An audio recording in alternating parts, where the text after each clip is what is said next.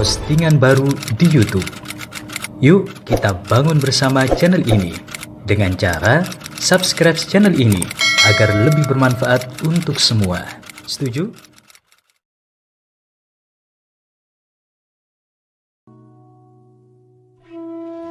Dia bawa pasukan berkuda hanya 32 orang saja. Yang berjalan kaki 40 orang. 72 orang yang terdiri dari orang tua, anak-anak dan perempuan. Lalu kemudian dikeroyok 40.000 pasukan. Tidak berimbang, karena bukan dua pasukan yang bersenjata. Rombongan 72 orang itu dipimpin oleh Sayyidina Al-Husain. Mengapa kita sebut dia Sayyidina? Karena Nabi yang mengatakan Innal Hasan wal Husain Sayyida Syababi Ahlil Jannah.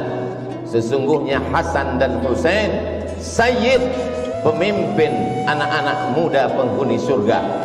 Anak-anak muda yang gugur mati sebagai syahid nanti masuk ke dalam surga. Pemimpinnya adalah Sayyidina Al-Hasan, Sayyidina Al-Husain. Sayyidina Al-Hasan meninggal sebagai syahid karena dia mati diracun. Sekarang tiba giliran adik kandungnya bernama Sayyidina Al-Husain, membawa 72 orang. 32 orang yang naik kuda, yang lain berjalan kaki dengan tenang. 40.000 pasukan sudah disiapkan oleh Ubaidillah bin Ziyad. Sebenarnya Yazid tidak terlalu takut kekuasaannya hilang, tapi Ubaidillah yang saat itu menjabat sebagai gubernur Kufah khawatir kalau sampai Yazid tumbang, Husain naik, maka hilanglah jabatanku. Maka dia kirimlah panglima-panglima perangnya, Syamar ibn al-Jawshan, Umar bin Sa'ad, Zur'ah bin Sinan. Lalu kemudian Syamar berteriak, bunuh Husain. Maka mereka memenggal kepala Sayyidina Al-Husain, lepas kepala itu dari badan. Lalu kepala Husain mereka giring ke keliling negeri. Mereka ingin menunjukkan kepada rakyat bahwa kami kuat, kami berkuasa. 40.000 pasukan tentara kami meluluh lantakkan pasukan cucu Nabi Muhammad sallallahu alaihi wasallam. Untuk membahagiakan hati Yazid, maka Ubaidillah mempersembahkan kepala Husain. Lalu kemudian di depan Yazid, tongkat pendek mereka tusuk-tusukkan ke celah bibir kepala Husain. Sahabat Nabi yang hadir melihat peristiwa itu meneteskan air mata. Itulah bibir mulut yang pernah dicium oleh Rasulullah sallallahu alaihi wasallam. Hari ini begitu sampai hati kalian, memenggal kepalanya, menusukkan tombak tongkat pendek ke celah-celah bibir, mulut dan giginya. Tapi mereka memang sudah dirasuki syahwat dunia. Tak ada sedikit pun takut mereka kepada Allah Subhanahu wa ta'ala. Keliling negeri mereka bawa kepala itu untuk menakut-nakuti. Memang nampak dunia seperti tak adil. Sayyidina Al-Husain punya seorang anak laki-laki. Karena cinta dan sayangnya dia kepada ayahnya, maka dia beri nama anak itu Ali. Husain punya ayah bernama Sayyidina Ali, dan dia punya anak juga bernama Sayyidina Ali.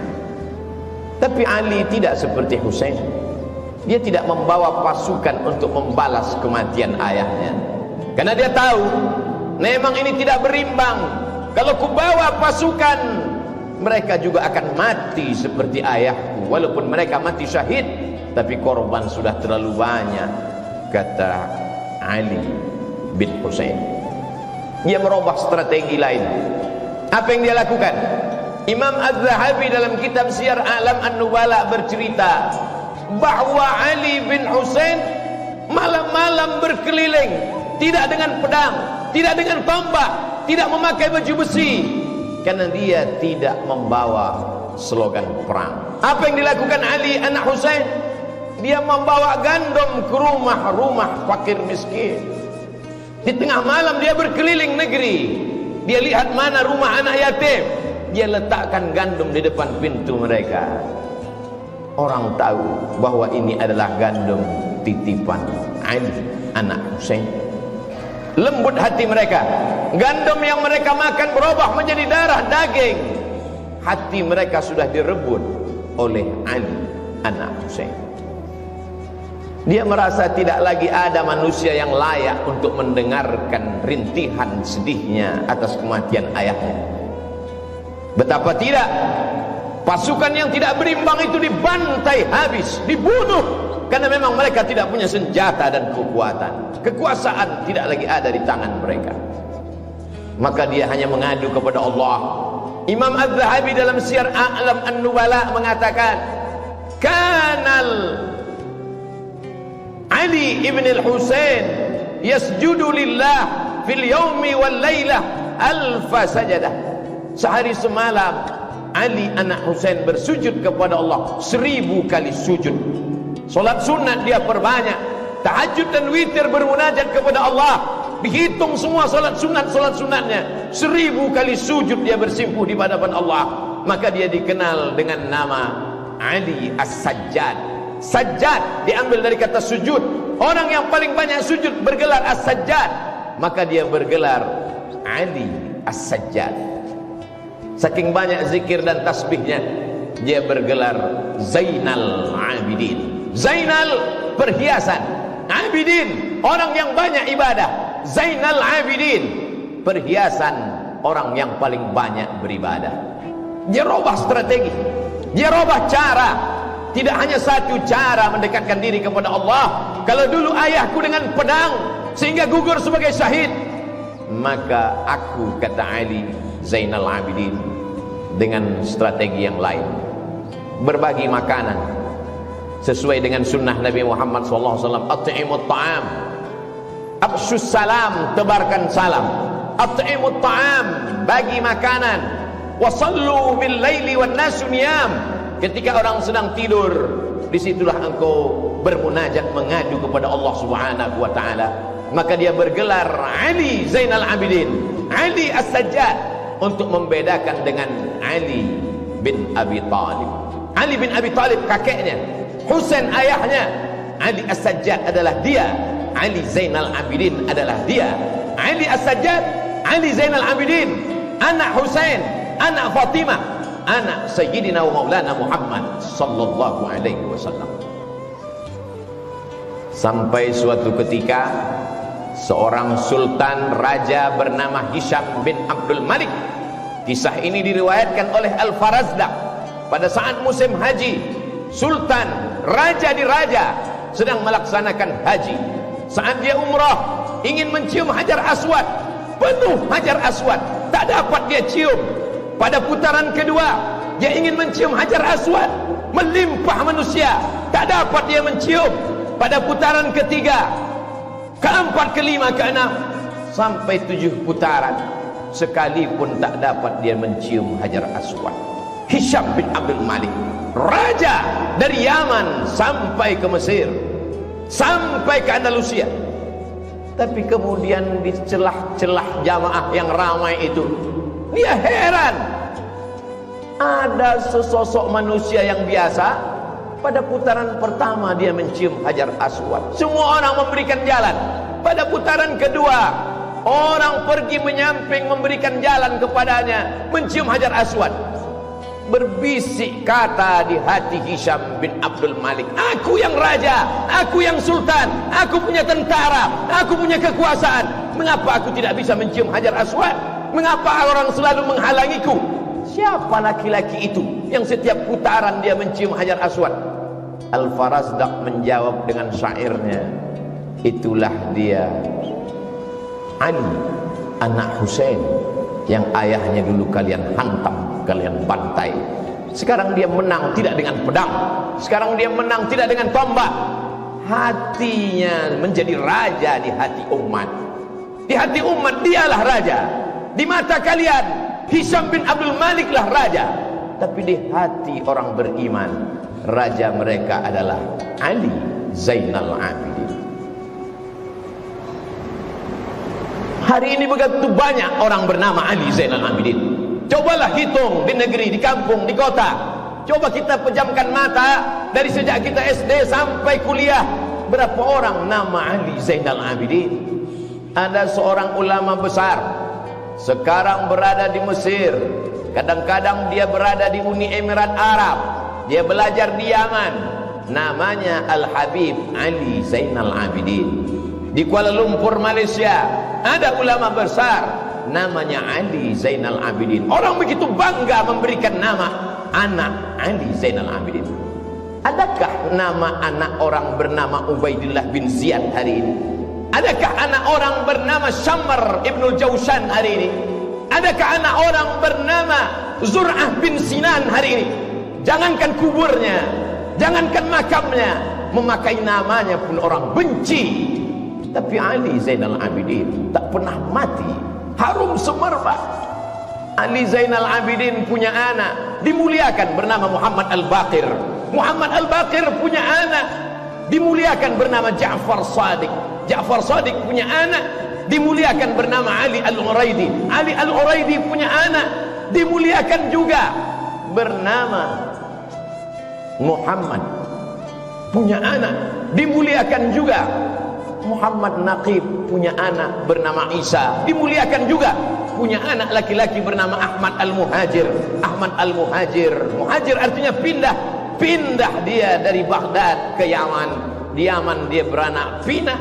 Anak pinaknya itu datang ke Nusantara membawa Islam dari keturunan Ali Zainal Abidin. Maka itulah marga-marga para habaib zuriat keturunan Rasulullah SAW. As-Saqaf, As-Segaf kata orang Nusantara. Al-Haddad, Al-Jibri bin Syihab bin Abi Bakar, melimpah ruah mereka. Lalu kemudian salah satu dari keturunan Ali Zainal Abidin itu menjadi mufti di kerajaan Mempawah di Kalimantan, bernama Husain Al-Gadri.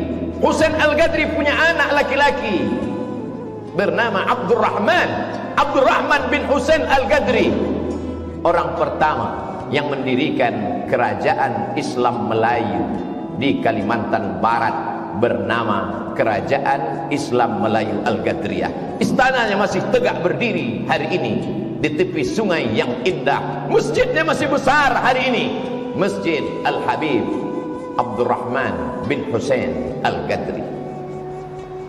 Begitu ternyata doa kakek mereka dulu yang teraniaya.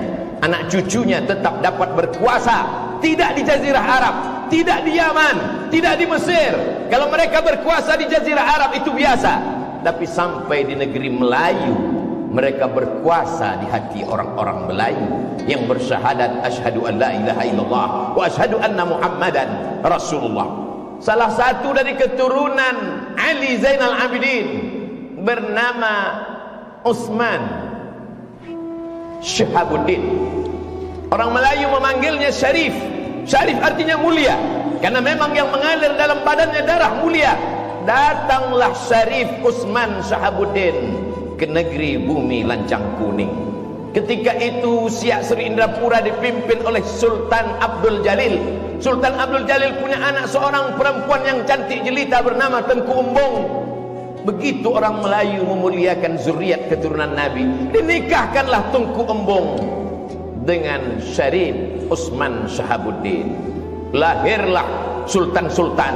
Sejak itulah maka di awal nama Sultan Melayu, Sultan Syarif Hashim, Sultan Syarif Qasim.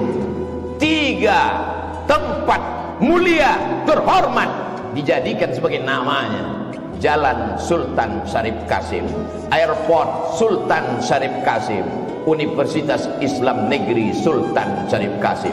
Doa dari kakek datuk buyutnya yang lama, Ali Zainal Abidin. Berkat sedekahnya, berkat ilmunya, berkat sujudnya, anak cucunya menjadi raja, menjadi sultan di negeri Melayu. Sampai hari ini mengalir pahalanya. Tengku Umbung, Habib Syarif Utsman Syihabuddin dimakamkan berdampingan di tepi masjid pertama yang didirikan di kota Pekanbaru pada tahun 1762. Masjid itu didirikan oleh Sultan Abdul Jalil, diselesaikan oleh anaknya Sultan Muhammad Ali bin Sultan Abdul Jalil. Hari ini menjadi bukti sejarah. Tamu-tamu Habib-Habib yang datang ke Pekanbaru berziarah ke makam cucu Ali Zainal Abidin. Walaupun orang Pekanbaru sendiri banyak yang tak berziarah karena tak tahu. Begitulah Allah memuliakan orang-orang yang soleh. Sekarang kita tinggal memilih, apakah ingin mengikut menjadi anak cucu keturunan pikiran Ubaidillah bin Ziyad, Syamar bin Jausan, atau ingin mengikut langkah yang dilakukan oleh Ali Zainal Abidin. Ingat, kekuasaan hanya berakhir ketika malaikat maut mencabut nyawa. Hiduplah seperti Fir'aun, hiduplah seperti Jausan, hiduplah seperti Syamar, hiduplah seperti Qarun.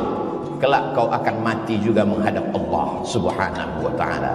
Yang menjadi Syamar bin Jausan mati dengan kekuasaannya, yang menjadi Ubaidillah bin Ziyad mati dengan kekuasaannya, yang menjadi Ali Zainal. Tulis di komen ya, dan jangan lupa subscribe-nya serta share ke teman kamu biar pada tahu. Wallahu a'lam bishawab. Wassalamualaikum warahmatullahi wabarakatuh.